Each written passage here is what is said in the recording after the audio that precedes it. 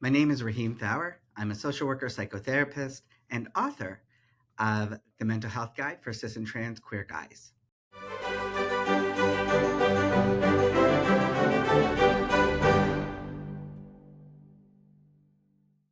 I wrote this book because I myself am a queer guy, and I think we have unique experiences in the world that require attention. I'm motivated by my own experiences navigating the mainstream world and also queer men's subcultures, and thinking about how the cultures we operate in influence our mental health outcomes.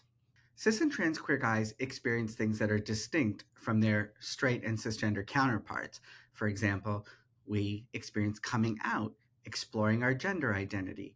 We might have a more unique relationship to sexual health, given that our communities have been disproportionately affected by HIV. We also have a subculture in which body image concerns and substance use take on their own meaning, their own life. And so this book takes a social determinants of health perspective to look at all the social factors that we encounter as we navigate the world, and forces us or challenges us to consider how they affect our mental health outcomes.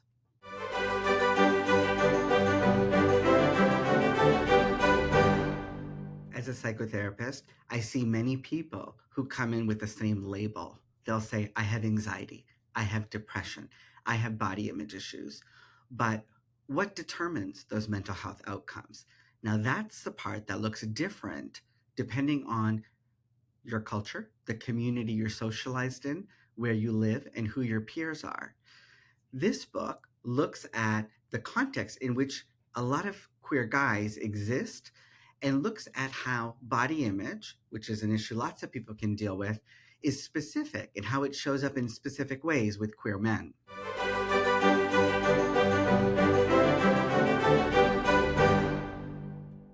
This book, The Mental Health Guide for Cis and Trans Queer Guys, is divided up into a number of chapters, and each chapter represents a social determinant of our mental health outcomes.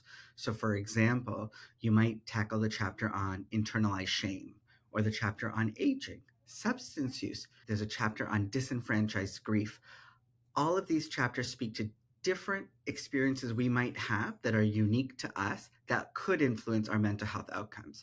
So this book helps us look at our culture and gives us an opportunity to think about how we approach our cultures and how they affect us, and how they affect our well-being. This book draws on cognitive behavioral therapy techniques, but also Gestalt experiential role play and psychoanalytic thinking.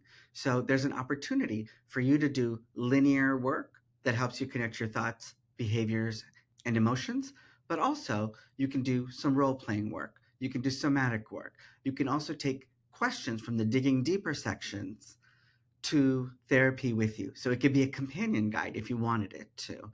I look forward to hearing how people in our communities respond to this book and how they share their own stories.